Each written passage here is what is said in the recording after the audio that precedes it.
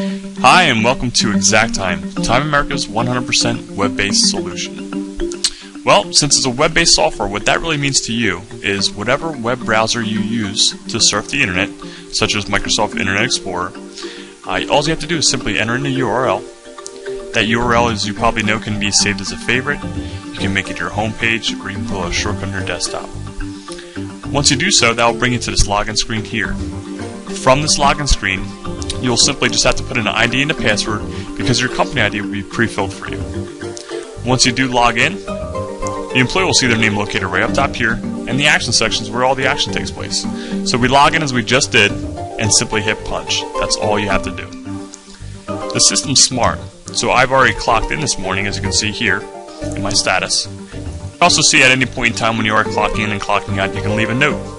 So once you do leave your note here and you hit punch, that note then gets attached to your time card, which is right down here. The next section you see here is the message section. This is a nice little way for your supervisors or administrators to send a message to your employees. This allows them to inform them about a meeting maybe you have later that Friday, or simple enough as saying, hey, it's Joe's birthday, and tell everybody to say happy birthday to Joe. The section you see underneath here is the hours worked, and the hours worked is your time card. So you'll see a time in with your time out for your total hours for that day. Follow that down to the bottom here, and we have our total hours for that week or that pay period. We have a couple different approval processes. You can do an employee approval, which you can turn on or off, and we also have a supervisor approval if you do decide to use a supervisor approval. As you can see, you can always go back to previous week or previous pay period at any point in time if you need to. I'm just going to scroll down the screen here. If I scroll down, the next section you see here is our scheduled section. If you do use schedules and they change from week to week, you can show the employee their schedule here. They can also click on next week and next pay period to see what their schedule looks like into the future.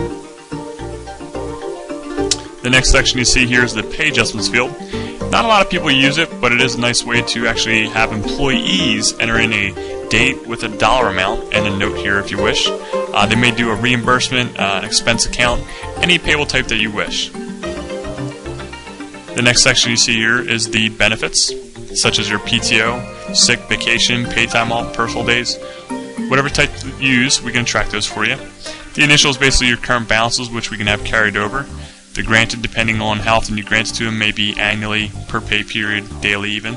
You can see what they've used, and most importantly, what their balance is. Once they do see what their balance is, they can then come here to the time off request section and go ahead and use some of that time. If they put in a date range for a couple days, they can go ahead and do so.